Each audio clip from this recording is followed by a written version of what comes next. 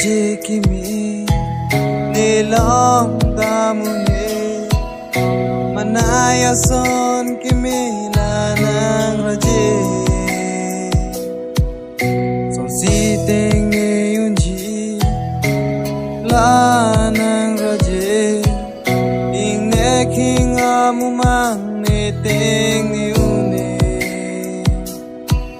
ni kang hon ko ni nang pan son si ting ni un ji la ni nang pan nang chelo ji hai he nang chong ki ji hai he nang pan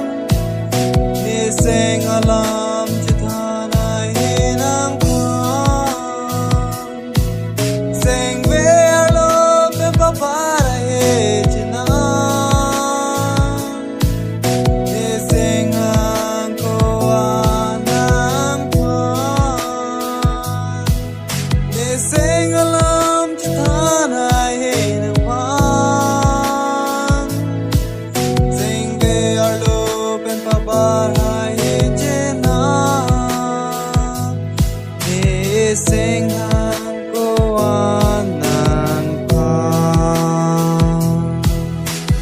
SAMI RAJE KEME long damune turi turbong bai kelang me sengar lupen prayune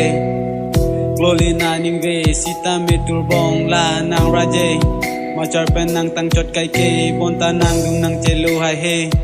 senga lam nang che thanji pu nang phan bonta senga lupen pa bar hai he chena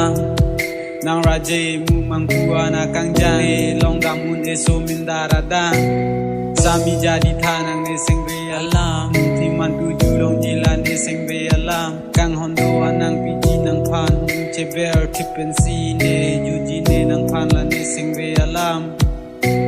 usi kai ke taluti nang chong hong ding ne nang phan nang lam boy ko son ji bon pu ne jadi dam la simun thirun bo che rab long ji bon pu nang pen ne nang chelo ji hai he nang chong ki ji hai he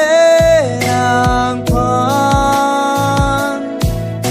ni seng alam ji thana he nang pan